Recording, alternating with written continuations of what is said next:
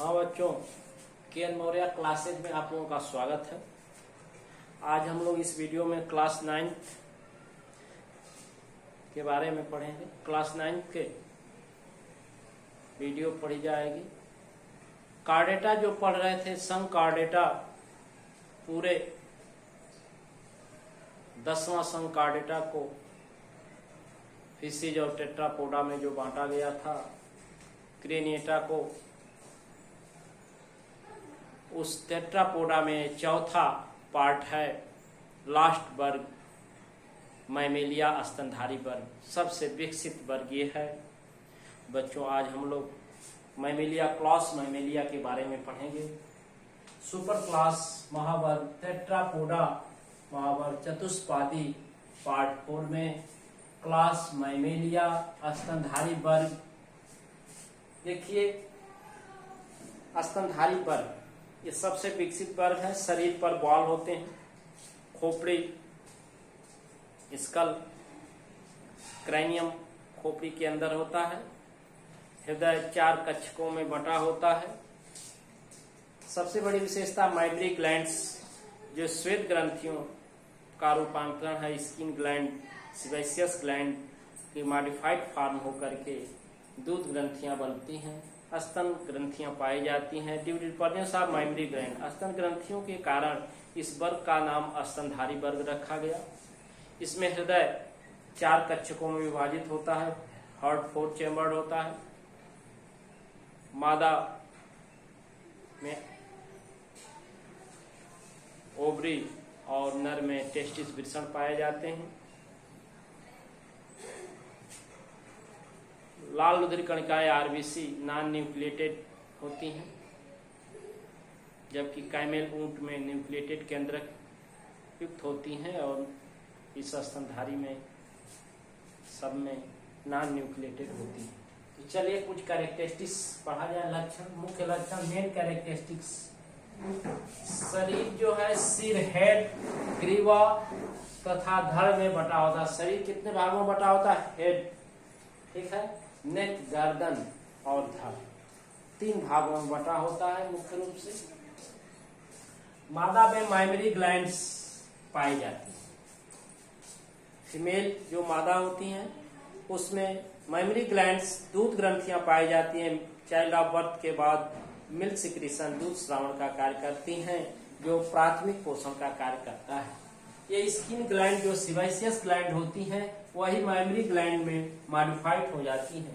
तो त्वचीय ग्रंथियां, सिबेशियस ग्रंथि, श्वेत ग्रंथि जो होती है, दूध ग्रंथि में रूपांतरित होती है। एक्सटर्नल ईयर बाय कण आर पिन्ना आर फाउंड। इसमें एक्सटर्नल ईयर या पिन्ना पाए जाते हैं।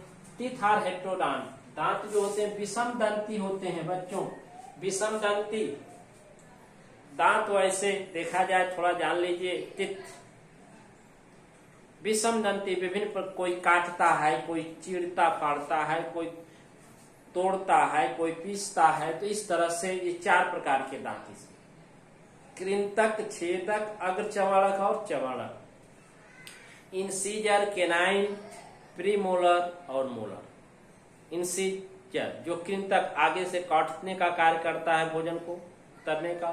केनाइन चीरने फाड़ने का कार्य छेदक, और अग्रचर्वणक भोजन को छोटे छोटे टुकड़ों में करता है, जबकि चर्वणक उसको मोलर पीसने का कार्य करता है। किसका? पीसने का कार्य करता है।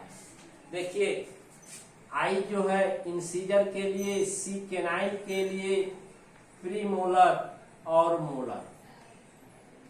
मनुष्य में इसको देख सकते हैं कि इंसीजर 2 ऊपर 2 नीचे, केनाइन 1 ऊपर 1 नीचे, प्रीमोलर जो है 2 ऊपर 2 नीचे, और मोलर 3 ऊपर 3 नीचे।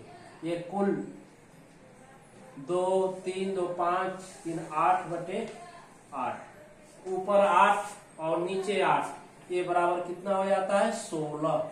और दोनों जबड़ों में थे 32 दांतों की संख्या क्या हो जाती है? 32। कितने दांत पाए जाते हैं? 32। और बच्चे में ये 20 दांत होता है, क्योंकि यही मोलर 0 हो जाता है। बच्चों, क्या हो जाता है? ये मोलर 0 हो जाता है, तो ये 5 हो जाता है। 2 2 4 1 5, तो मनुष्य का दंत सूत्र भी हो गया 2123/2123 और बच्चे में 2120/2120। ये बच्चे में है दंत सूत्र। ठीक है, 2123/2123 एडल्ट में है मनुष्य के और 2120/2120 ये बच्चे में दंत सूत्र होता है। चलिए उसको बाद में हम लोग पढ़ लेंगे। ग्रीवा में कशेरुकियाएं 7 होती हैं। कितनी होती है? 7। गर्दन में हड्डियों की संख्या 7, यही जान लीजिए बच्चों। मस्तिष्क में 8, चेहरे में 14, गर्दन में 7। तो 8, 7, 15 और 14, 29। ये स्कल खोपड़ी हो गई, इसमें 29 अस्थियां होती हैं। कितनी होती हैं? 29। खोपड़ी में 8, चेहरे में 14, गर्दन में 7 होती हैं। ये बेबी पेरस बच्चे होते हैं, देती हैं। कुछ को छोड़कर बच्चे देते हैं, कुछ अंडे देकर बच्चे देते हैं, कुछ अविकसित बच्चे देते हैं और कुछ पूर्ण विकसित बच्चे देते हैं। बच्चे को दूध पिलाते हैं। स्वर यंत्र लैरिंग्स, स्वर यंत्र में स्वर रज्जु वोकल कार्ड पाए जाते हैं। स्वर यंत्र में स्वर रज्जु वोकल कार्ड क्या होते हैं? पाए जाते हैं बच्चों। हार्ट 4 चैम्बर, हृदय में कच्छकों की संख्या 4 होती है। 2 अलिंड और 2 निलय, 2 आर्किल 2 वेंट्रिकल होती है। गर्दन में लाइरिंग्स पाया जाता है, उसमें वोकल ऑर्गन स्वर यंत्र होते हैं जिससे हमारी आवाज आती है। आरबीसी लाल रुधिर कणिकाएं red blood corpuscular non nucleated होती हैं, केंद्रक विहीन होती हैं, याद रखेंगे। और श्वसन लंग फेफड़ों द्वारा होता है। श्वसन किसके द्वारा? लंग फेफड़ों द्वारा होता है। ये मैमेल स्तनधारी को 3 सब क्लासों में 3 उपवर्गों में बांटा गया है। स्तनधारी वर्ग को कितने उपवर्गों में? 3। देखिए, सब क्लास फर्स्ट प्रोटोथीरिया, सब क्लास सेकेंड जो है मेटाथीरिया और सब क्लास थर्ड यूथीरिया। कितने उपवर्गों में बांटा गया है? 3। प्रोटोथीरिया, मेटाथीरिया और यूथीरिया। अब एक एक करके हम आपको बता दे रहे हैं। यहाँ समझने वाली बात सब क्लास फर्स्ट प्रोटोथीरिया है। प्रोटोथीरियंस जो होते हैं ये सरीसृप और मैमल्स दोनों के बीच की कड़ी होते हैं। इनमें कुछ लक्षण सरीसृपों के होते हैं तो कुछ लक्षण जो है स्तनधारियों के होते हैं। तो आइए हम लोग देखें कि प्रोटोथीरिया के कौन से सरीसृप के लक्षण हैं और कौन से मैमेलियन लक्षण हैं। तो सरीसृप के लक्षण ये असमतापी होते हैं।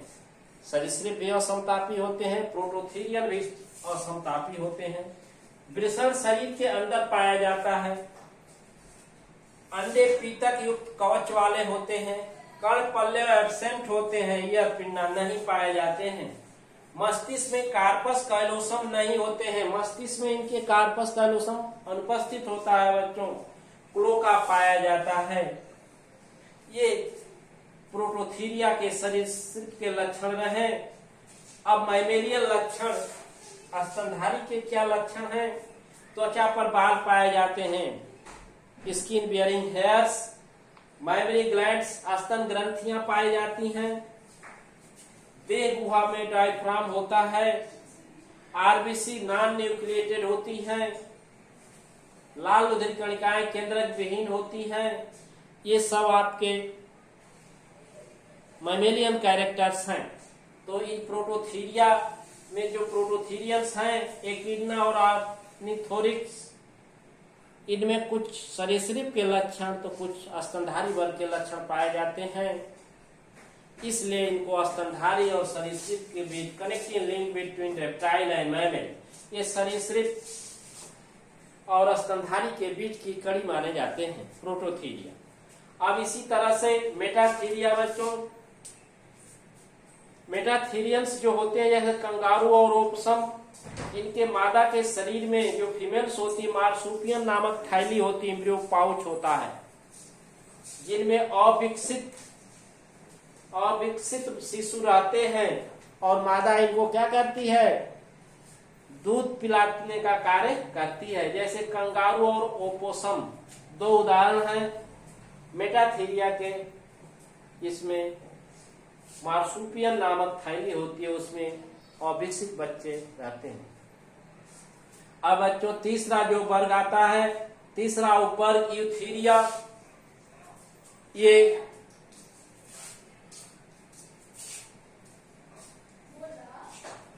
सबसे विकसित उपवर्ग है।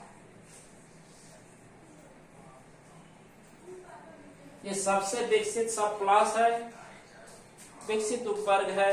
ये बच्चों को जन्म देते हैं। इनमें बच्चे जो यूथेरियंस होते हैं वो भी पेरस नहीं होते हैं, बेबी पेरस होते हैं। बच्चे को जन्म देते हैं, पूर्ण विकसित बच्चे को। अंडे छोटक पीटक विहीन होते हैं, एग स्मॉल साइज यार्डलेस होते हैं। भ्रूण का विकास मादा के शरीर के अंदर गर्भाशय में होता है। गर्भनाल या प्लेसेंटा द्वारा ये पोषक पदार्थ न्यूट्रिटिव मटेरियल प्राप्त करते रहते हैं। ये यूथेरिया है। इनको 3 समूहों में बांटा गया है बच्चों। कुछ उड़ने वाले स्तनधारी हैं जैसे चमगादड़, केरोपस। कुछ कुतरने वाले कृंतक जैसे चूहा, गिलहरी और अन्य जीव। मांसाहारी शेर, चीता, भेड़िया और कुत्ता ये मांसाहारी हैं। कुछ अन्य स्तनधारी, खुदरे स्तनधारी में गाय, भैंस इत्यादि। और कुछ जलीय स्तनधारी में व्हेल और सील आते हैं। जलीय स्तनधारी, जल में रहने वाले स्तनधारी, फिर व्हेल, ब्लू व्हेल जो इसको कहते हैं, नीली व्हेल और सील। और सबसे डेवलप जो यूथेरियंस होते हैं बंदर, गोरिल्ला और मनुष्य इसमें आते हैं। बंदर, गोरिल्ला और मनुष्य इसके अंतर्गत आते हैं बच्चों। ये आपका रहा महावर्ग चतुष्पादी टेट्रापोडा का 4th पार्ट, क्लास मैमेलिया के लक्षण और इसके 3 उपवर्ग प्रोटोथीरिया, मेटाथीरिया, यूथेरिया और इनके लक्षण उदाहरण। अब बच्चों वीडियो लंबा हो जाएगा, इसलिए इसको यहीं हम बंद करते हैं। अगले वीडियो में हम लोग चमगादड़ और मानव का वर्गीकरण आपको बताएंगे कि मनुष्य का विकास और वर्गीकरण क्या है और टेरोपस चमगादड़ के वर्गीकरण और लक्षण क्या है, इसको अलग के वीडियो में पढ़ेंगे। नए बच्चे जो अभी एडमिशन करा के व्हाट्सएप ग्रुप से जुड़े हैं उनको पढ़ने में दिक्कत हो रही है, तो लिंक के प्ले लिस्ट में जाकर पीछे की ओल्ड वीडियो को प्राप्त करके उनको रिवाइज करें, नोट्स तैयार करें। Thank you.